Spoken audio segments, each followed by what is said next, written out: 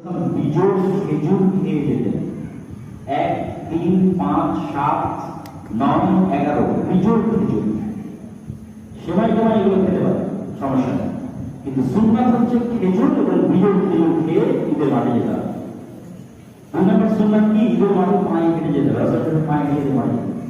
3 নম্বর সুন্নাত হচ্ছে মসজিদে নববী থাকা অবস্থাতেও রাসূল সাল্লাল্লাহু আলাইহি ওয়াসাল্লাম মসজিদের বাইরে খোলা মাঠে ঈদের সালাত আদায় করেছেন। তাহলে খোলা মাঠে ঈদের সালাত আদায় করতেন। 4 নম্বর সুন্নাত, রাসূল সাল্লাল্লাহু আলাইহি ওয়াসাল্লাম ঈদের দিন রাস্তা চেঞ্জ করতেন।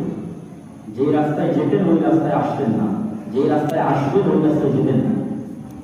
5 নম্বর, ঈদের দিনের সবচেয়ে বড় আনন্দ হচ্ছে আল্লাহর বরত্ব ঘোষণা করতে করতে গ্রামে যাওয়া। এটাই মূল আনন্দ।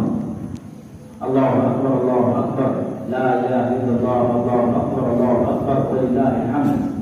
এটা যখন উচ্চারণ করতে করতে যাবেন এক রাস্তায়, আসবেন আর এক রাস্তায়, উচ্চারণ করতে করতে যাবেন আসবেন, ঈদের মাঠে যতক্ষণ থাকবেন ততক্ষণ উচ্চারণ করবেন, একে আনন্দ।